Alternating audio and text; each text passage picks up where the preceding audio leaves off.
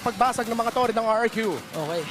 RRQ Hoshi, near perfect defense or perfect ang kinakailangan para mapaabot sa power spike ni Toy later on. Pero again, even if walang full commit yung Onyx Philippines, just the pokes, just the projectiles, enough na para pauwiin yung RRQ. May conceal na magaganap dito para kay Idok. Lumilikod din naman si Sutsujin for the late entry, pero naspatan ni Prince. Teka lang ha, makakaisa nga ba at nakaisa?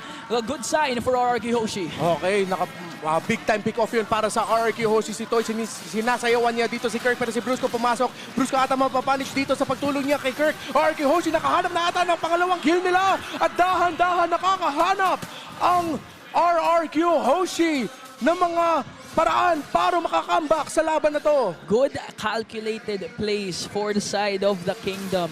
2 crucial kills at pareho pang isa napunta kay Toy, isa napunta kay Sutsujin. And looking at the items, meron ng Corrosion Strike DHS at Malefic Gun etong si Toy. So onting-onti na lang pag nag-equalize na ang ating gold lead later on at meron na tayong mga full lock items, madadalian talaga yung RRQ Hoshi kahit ano pagawin ng Onyx Philippines, pero mapipigilan nila yung pag-invade King Kong. Makukuha pa rin naman ng purple buff.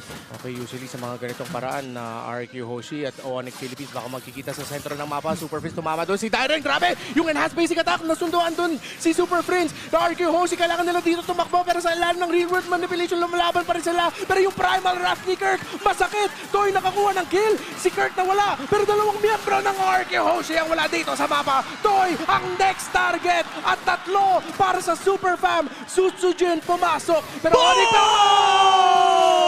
Kelra na naman!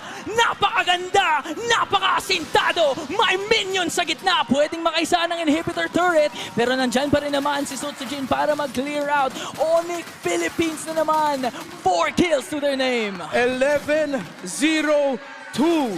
Grand Finals MVP, MPL Philippines 6 World Championship. Ramdaman mo ang damage ni Kelra Sutsujin. Legendary para sa Gold Standard. Kelra walang pinapalipas, walang pinapapasok, at walang makakatakas sa Gold Standard. Yung 11 kills na kanina pre, 12 na ngayon. Mas marami pa sa buong RRQ. At ngayon, yung Lord nagmamarcha sa gitna. Onyx Philippines maghahanap pa ng isa. Conceal coming in from Brusco. Tumama, hindi naman tumama yung Abyssal Arrow. Brusco! Pero pumasok na at si Idok na naman. Talagang may galit siya sa roamer na pinagpalit sa kanya. Rins ginamit yung real manipulation. Wala na nga si Idok ngayon. May Lord pa sila sa bandang gitna. Tignan natin kung makakasagot ang RRQ Hoshi dahil medyo masakit na si King Kong. Okay, RRQ Hoshi nakakapag-depensa pa pero nawalan na sila ng 2 torre. Makiklear nila yung minion wave doon sa taas pero Onyx Philippines hindi umaatras. Gusto pa rin nila manalo dito. Ngayon, wala nang